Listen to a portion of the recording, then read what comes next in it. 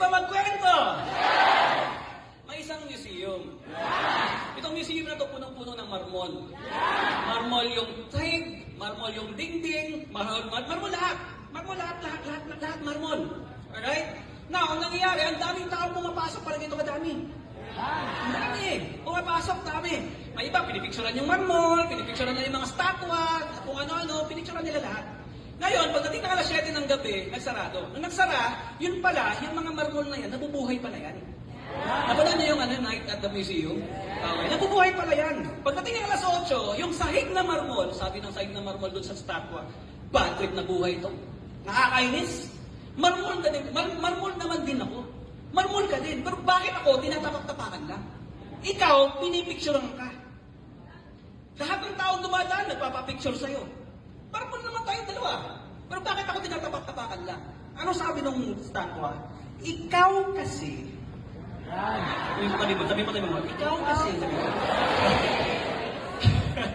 Yung inaayos tayo ng sculptor, yung gumagawa ng statwa, matigas kasi yung ulo mo eh. Ayaw mo kasi makinig eh.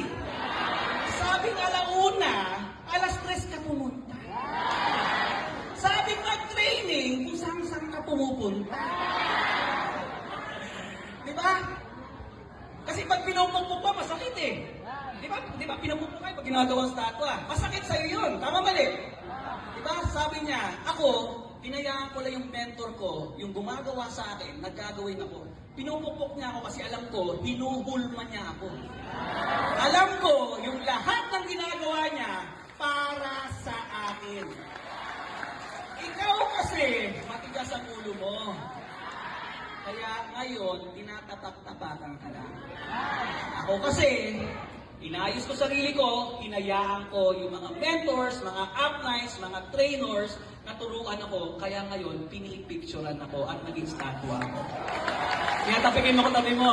Hoy, sahig ka ba, statwa?